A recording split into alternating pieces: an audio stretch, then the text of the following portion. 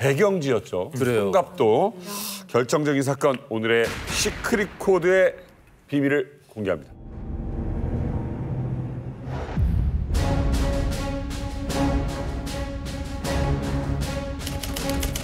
1972년 7월 4일 오전 10시. 74. 아, 이후라. 중앙정보부장 이후락입니다.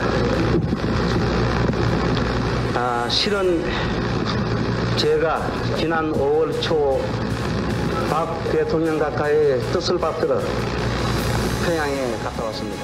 평양에 갔다 가의 왔다고? 뜻을 받들어. 진짜 세상을 뒤흔들었어요. 어?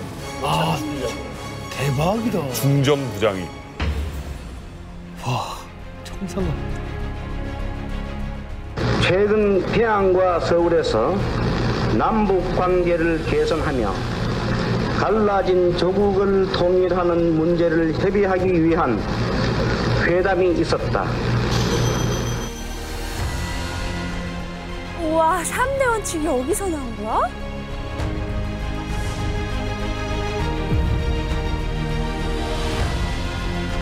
야, 오래 걸렸구나.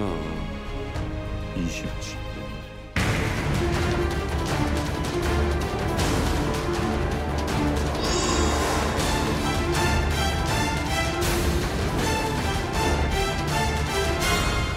그 당시의 분위기로는 이건 뒤집어지는 일인 거죠, 이거? 뒤집어지는 일이죠.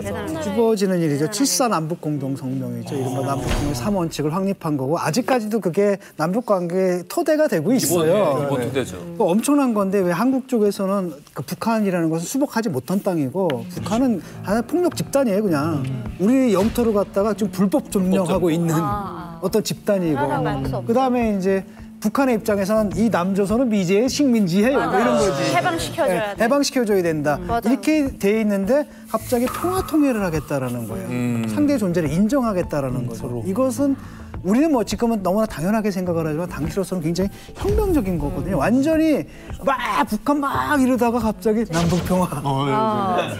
이런 거라는 거거든요. 그러니까 국민들도 상당히 이제 혼란스러웠지만 굉장히 기뻤던 일들이고. 그때 여러 가지 합의사항 중에 이 성갑도 부대의 생존에 영향을 미치는 결정적인 문구가 있습니다. 뭘까? 김일성과 박정희 전 대통령이 합의한 사항 중에 딱 이런 문구가 있어요. 자, 이제 앞으로 남북 간에는 크고 작은 것을 막론하고 서로 무장 도발을 하지 말자. 하는 거에 합의를 해요. 근데 생각해보면 68년도에 무슨 일이 있었습니까? 얼마나 우리 힘들었어요. 박정희 전 대통령은 목이 날아갈 뻔했었잖아요. 그리고 김일성 입장에서도 우리가 각 부대별로 김일성 모가지 따는 부대 지금 만들었어요. 북한도 우리도 언제까지 서로의 목전에다 이렇게 칼을 겨눌 수는 없는 일이에요.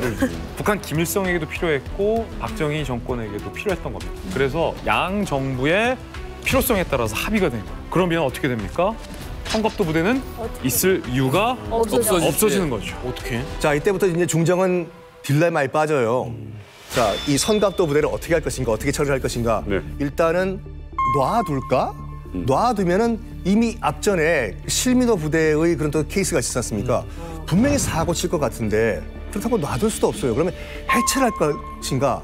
해체를 할 경우에는 두 가지 문제가 생겨요. 뭐냐면 첫 번째는 원래대로 안양교도소에 다 보낼 것인가 아니면 민간으로 다시 풀어줄 것인가. 그럴 경우에 또 뭐가 있냐면 법적으로 문제가 생기는 게 뭐냐면 약속을 했잖아요. 물론 3천만 원 다는 아니더라도 어느 정도 보상을 해줘야 되는데 어느 정도 보상을 해줄 것이고 또 그 이제 빨간 줄 전과 기록을 없애준다고 얘기했는데 어느 기준에 어느 선까지 우리가 전과 기록을 말소를 해줄 것인가 기준이 없었던 거예요. 이게 사실 뭐 성갑대 부대원들 원래 재수였잖아요. 그렇죠. 그러니까 원래대로 이제 들어오면은 사면을 해준다고 했는데 이게 사면이 그랬지. 되는 건지도 사실 궁금하거든요. 요거 히스토리를 궁금하다. 그때 당시 이제 신동아 보도를 제가 자세히 살펴봤는데 진짜 궁금하다. 증언들이 나와요. 그때 당시 중정과 정부에서도 고민이 있는 거예요. 이 사람들을 그냥 사회에 내보낼까? 약속을 지킬까? 3천만 원 주고 사면을 맞다, 할까? 3천만 원도 있다. 아니면 실미도 같은 일 일어나리란 법 없잖아요. 아예 깨끗하게 처리해버릴까? 엄청 그때 당시 고민을 했는데 정부로서도 난감하잖아요. 그래서 일단은 처리하는 쪽보다는 정부가 이 12명, 31명에게 했던 약속을 지키는 쪽으로 결정을 내요. 그래서 소랑 돼지를 들고 오는 거예요. 그래서 사회 적응 훈련을 일정 기간 동안 시킵니다. 그런데 약속했던 건 뭡니까? 완전한 사면. 그러잖아요.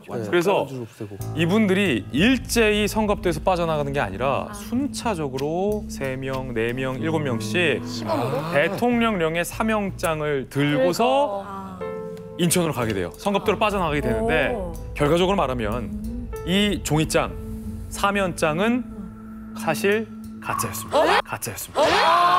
뭐야? 부대원들의 증언에 따르면 일부는 사면을 받고서 사회로 복귀를 해요. 그런데 나중에 이들이 사회에 돌아와서 경찰서에서 보호감치. 자신의 이력, 전과를 조회해 보니까 그대로 있었구나. 사면이 된 게 아니라 그대로 전과가 있었고 다만 집행정지.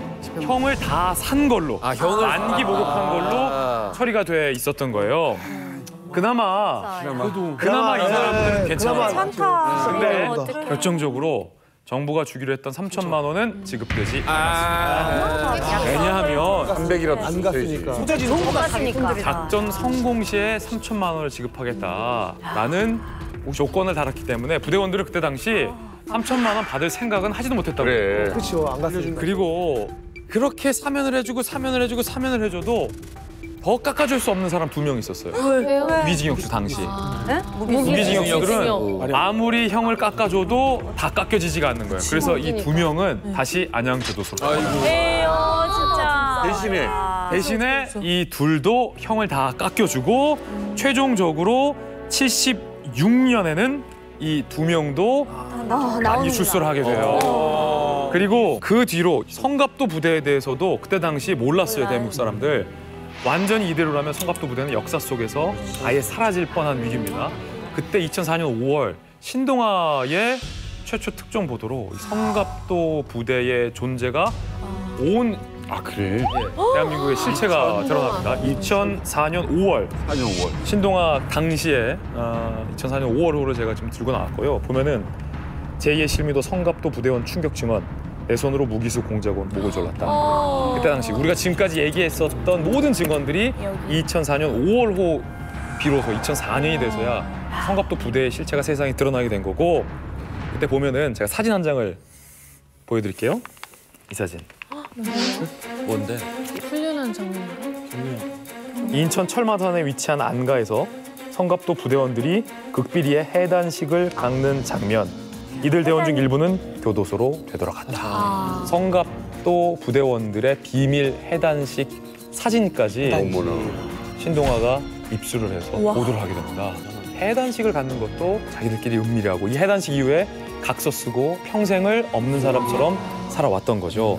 이들의 증언을 보면 이들에게 중요했던 것은 우리를 인정해달라는 마음속의 외침도 중요했을 것이고 보상해달라는 돈 문제도 중요했겠지만 이들 부대원들의 2002년, 2003년, 2004년이 될 때까지의 가장 중요한 관심사는 우리들의 신변을 보장해 주세요. 우리들의 안전과 지금 삶을 보장해 주세요.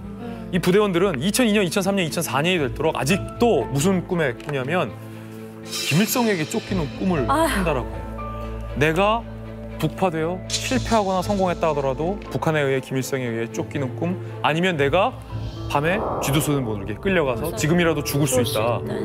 우리 정권에 의해서 죽을 수 있다라는 이 공포감에 평생을 시들려왔던 거죠. 사실은 북파공작의 훈련을 받고 그런 관련한 오늘 부대, 4개 부대 말고도 많잖아요. 아무도 책임을 안 져준 거예요. 그러니까 이런 거란 말이죠. 북파를 했다가 못 돌아오신 분들이 있단 말이에요. 우리 입장에서 전사야. 그런데 북한 입장에서 그게 공비지. 그리고 우리가 도발을 한 게 된단 말이에요. 이런 애매모호한 문제가 있거든요. 라고 한다면은 공식적이지는 않지만은 어떤 다른 방법을 통해서라도 인정을 해주고 방법을 찾아야죠. 네, 찾아야 근데 완전히 써먹고서 나는 몰라. 그러면 내가 보낸 거 아니야. 무책임. 이런 식으로 무책임하게 가는 게 문제라고 봅니다.